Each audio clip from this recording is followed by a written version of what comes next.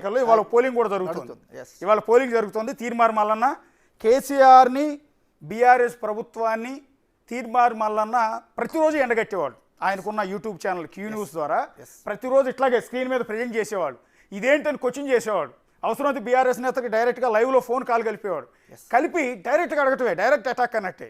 డైరెక్ట్గా కేసీఆర్ని, కేటీఆర్ని, హరీష్ రావుని వీళ్ళని నిలదీసి ప్రతిరోజు నిలదీయటం, ప్రభుత్వ పాలన, అవినీతి గురించి కావచ్చు, ఇతర ఎన్నో అంశాల గురించి ప్రతిరోజు ఏక్కు మేకయ్యారు. తీర్మార్ మల్లన్న అంటే కేటీఆర్ అయితే ప్రతి సభలో కూడా ఆ తీర్మార్ మల్లన్న అనేవాడు నా గురించి ఇట్లా మాట్లాడి అలా మాట్లాడి ఒక యూట్యూబ్ ఛానల్ పెట్టంటూ రకరకాల ప్రతిరోజు అతని పేరే చెప్పేవాడు, ప్రతి తలుచుకునేవాడు.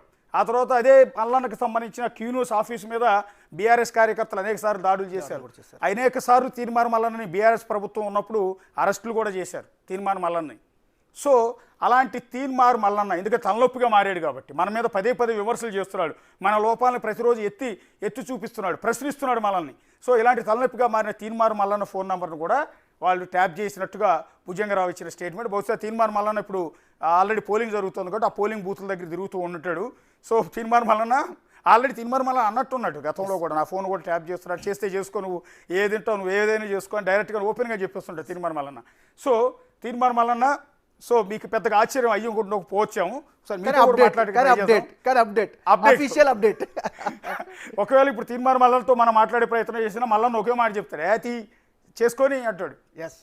ఏమింటాడు, చేసుకొని అంటాడు. అండ్ దెన్ అప్పట్లో టీపీసీసీ ప్రెసిడెంట్, ప్రస్తుత తెలంగాణ ముఖ్యమంత్రి రేవంత్ రెడ్డి అండ్ అతని కుటుంబ సభ్యులపైన ఫోన్ కాల్ని ట్యాపింగ్ చేసినట్టుగా కూడా ఈయన కన్ఫెషన్లో చెప్పిన పరిస్థితి.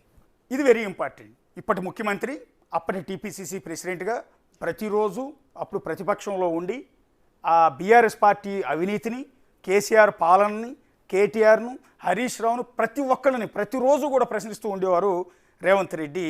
అందుకని రేవంత్ రెడ్డి పైన ఒకసారి అక్కడికి జన్వాడ ఫామ్ హౌస్కి సంబంధించి డైరెక్ట్గా వెళ్ళి చూపించే ప్రయత్నం చేస్తే ఆయన మీద కేసులు బనాయించి ఇంట్లో బెడ్రూమ్లోంచి ఈడ్చుకెళ్ళి అరెస్టులు చేయించిన సందర్భాలు కూడా ఉన్నాయి.